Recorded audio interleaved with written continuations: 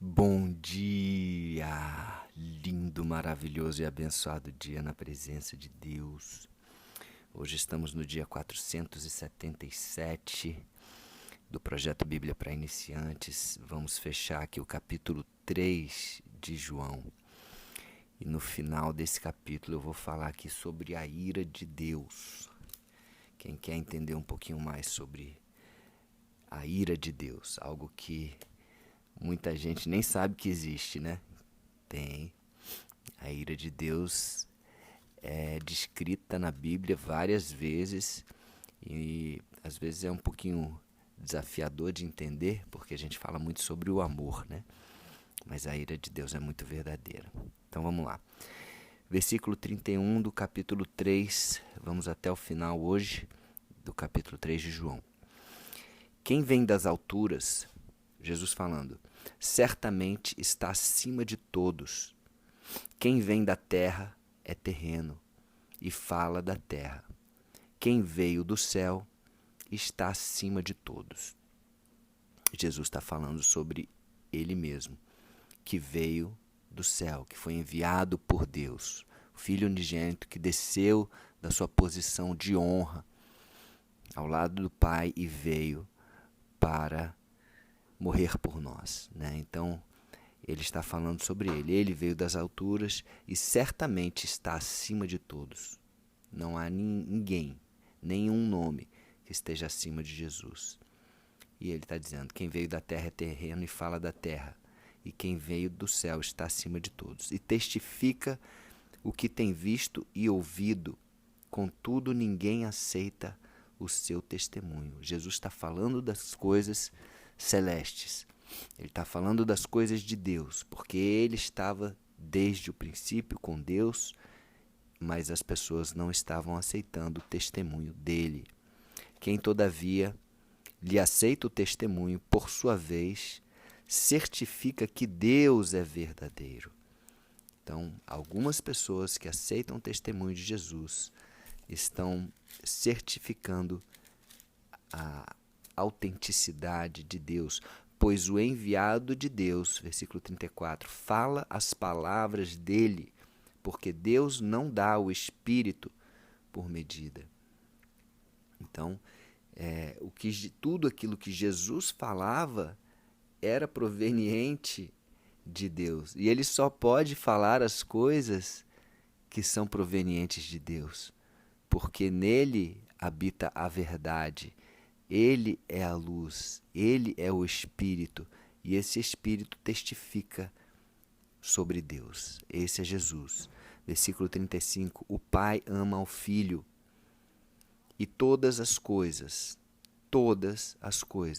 têm confiado às suas mãos. Esse Pai com P maiúsculo ama ao Filho com F maiúsculo. Ele está falando de Deus Pai e está falando dele mesmo.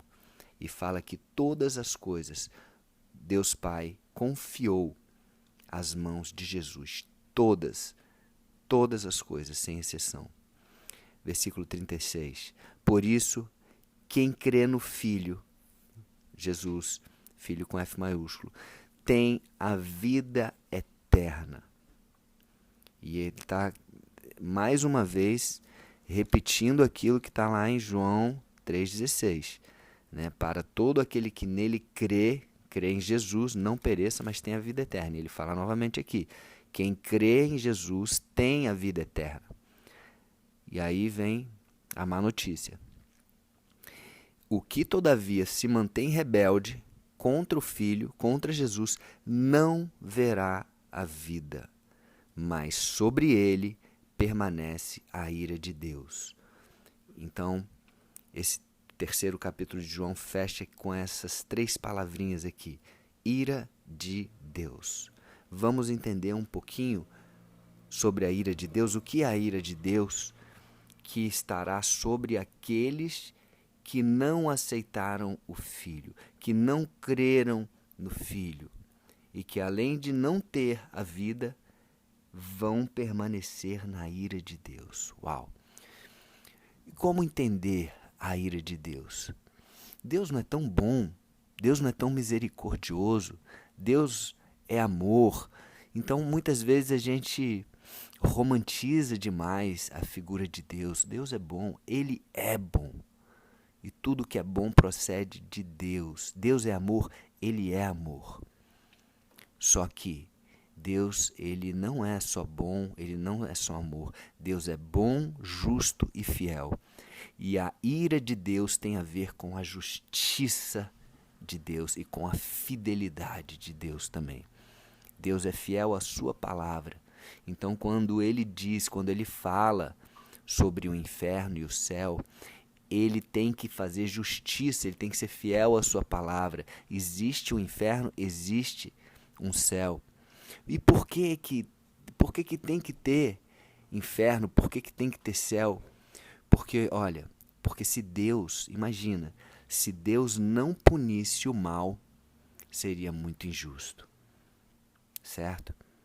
Mas Deus é justo. Então, Deus tem que punir o mal. Ele tem que punir essa natureza maléfica, essa natureza demoníaca que muitas vezes ela é manifestada na vida, através da vida das pessoas. E por que isso acontece? Por desobediência. Né? Começou lá com Adão. Olha, os 2 primeiros filhos, né, de Adão e Eva, Caim e Abel, terminou em assassinato. Caim matou Abel. E ali, mais uma vez, o juízo e a ira de Deus sobre Caim. Falou que ele iria andar errante. Então, a justiça, ela faz parte da ira de Deus. Porque a ira do homem, ela é injusta. Nós não conseguimos que a nossa ira ela seja uma ira justa, porque ela é uma ira que ela quer a vingança, ela consome. Então, na Bíblia diz, irai-vos, mas não pequei. Então, nós temos de ter cuidado, porque a nossa ira tem que ser contra o pecado. Nós podemos nos irar contra algumas situações, sim, mas temos de ter a sabedoria de Deus para que isso não nos transforme em um pecado, não nos consuma a ponto de que nós pequemos por causa dessa ira. A ira, ela é como se fosse uma inconformidade. Você não se conforma com aquilo que está acontecendo. Você vê alguma coisa, você percebe algo muito injusto que está acontecendo e você se ira. É normal.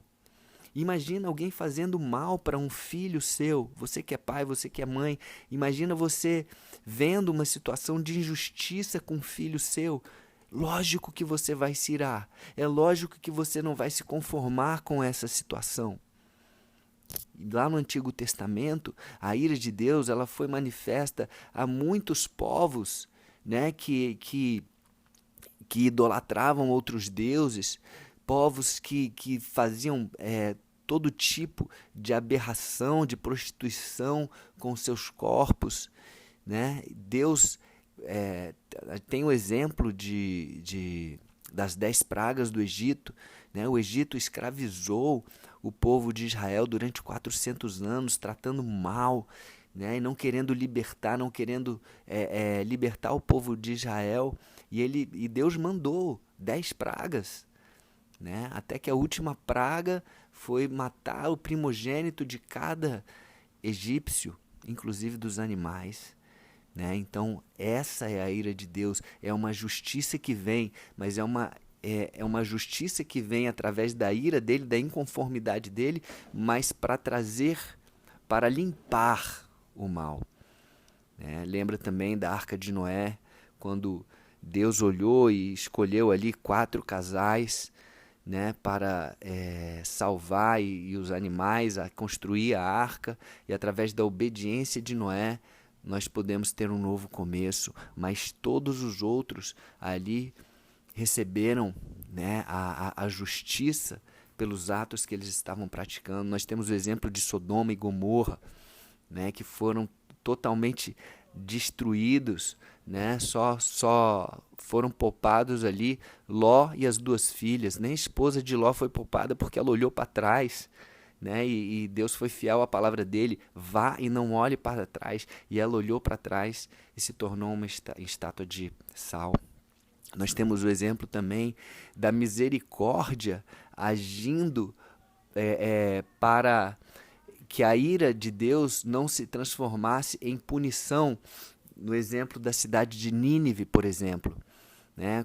Se você quiser ler o livro de Jonas, ele fala, é lindo o livro de Jonas, porque Nínive era uma cidade como Sodoma e Gomorra, ou talvez até pior, e que ela iria ser destruída. Deus já tinha dado essa sentença de destruição, e Deus falou, não, Jonas, vai lá, você como meu profeta, e fala para eles se arrependerem. E Jonas não quis ir, porque Jonas não queria que Nínive fosse poupada, e ele foi engolido por um peixe grande, por uma baleia, e depois acabou que ele fez a vontade de Deus. E quando ele anunciou a palavra Nínive, o que aconteceu? Nínive, aquele povo pagão, aquele povo que estava fazendo tudo errado, com a palavra de Deus, eles se arrependeram. E Deus o que fez? Suspendeu a punição. Porque Deus ama o arrependimento. Então, se você tem medo da ira de Deus, existe uma grande solução para você e para mim, que é o arrependimento. É isso que João Batista veio trazendo, o arrependimento, o batismo nas águas que traz uma nova vida para que você se liberte dessa punição. Para que você se liberte dessa punição. Olha só, lá em Romanos 1, Romanos capítulo 1, versículo 18, diz assim: a ira de Deus se revela do céu contra toda a impiedade e perversão dos homens que detêm a verdade pela injustiça. Então, Deus, ele se ira com a injustiça, ele se ira com a perversão dos homens, com a impiedade dos homens. E é por isso que a ira de Deus é manifesta, mas nós temos uma grande notícia, né? Tem gente que fala, não, mas a ira de Deus era só no Antigo Testamento. Não, a ira de Deus continua, porque Deus não muda. Deus não muda. O que ele fez foi, o amor dele é tão grande, foi tão grande e é tão grande que ele enviou Jesus para morrer por nós. Então nós temos como nos livrarmos da ira através do nosso arrependimento, em primeiro lugar, como eu falei aqui, e, em segundo lugar, aceitando Jesus como nosso Senhor e como nosso Salvador. Amém? Olha só o que diz aqui. Eu vou ler aqui Romanos 5, a partir do versículo 7. Vamos lá. Dificilmente alguém morreria por um justo, pois poderá ser que pelo bom alguém se anime a morrer. Mas Deus prova o seu próprio amor por nós, pelo fato de ter Cristo morrido por nós, sendo nós ainda pecadores. Ninguém mereceu a morte de Jesus. Ninguém pôde merecer, por mais que fosse uma pessoa boa, nós nunca merecemos isso. A morte de Jesus é algo que excede qualquer justiça, qualquer bondade nossa. Tá? Então nós não merecemos. Ele morreu, né? Mesmo não merecendo, mesmo sendo ainda pecadores, vivendo no pecado. Versículo 9, logo, muito mais agora, sendo justificados pelo seu sangue, pelo sangue de Jesus, seremos pelo sangue de Jesus, salvos da ira de Deus. Então, recebe a Jesus, não demore a fazer isso, não brinque com Deus. Deus quer te salvar, Deus enviou o Filho dele, Jesus, para te salvar da ira dele, da justiça dele. E ele já vem falando, Jesus veio falando, quantas vezes Jesus fala do inferno? Quantas vezes Jesus veio falando do inferno? Olha, isso está claro. E as pessoas estão brincando com Deus. não estão aceitando, não estão recebendo a Jesus.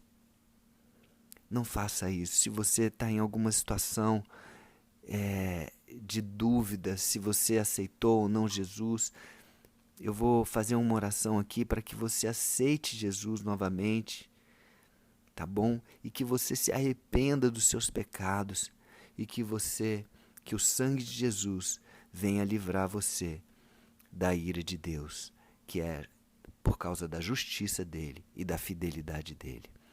Amém? Então, repete comigo essa oração. Senhor Jesus, eu recebo o Senhor mais uma vez como meu Senhor e como meu Salvador.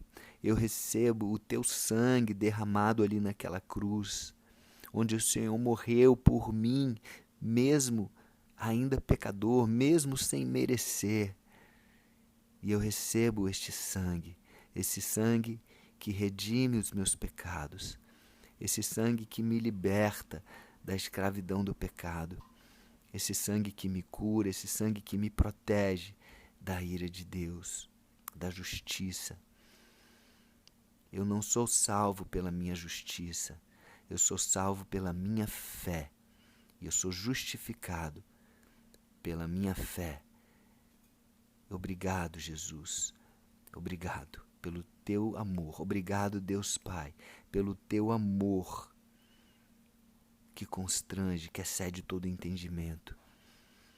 Eu aceito essa atitude, eu aceito esse ato de amor por mim e eu recebo a Ti, Jesus, mais uma vez, como meu Senhor e meu Salvador. Me arrependo dos meus pecados e eu quero me parecer cada vez mais contigo. Vem, Espírito Santo, e me ajuda a vencer o pecado, me ajuda a parecer cada vez mais com Jesus e que eu possa amar a Deus, a Jesus e ao Espírito Santo com todas as minhas forças, conhecendo cada vez mais esse Deus maravilhoso, que é amor e que também é ira.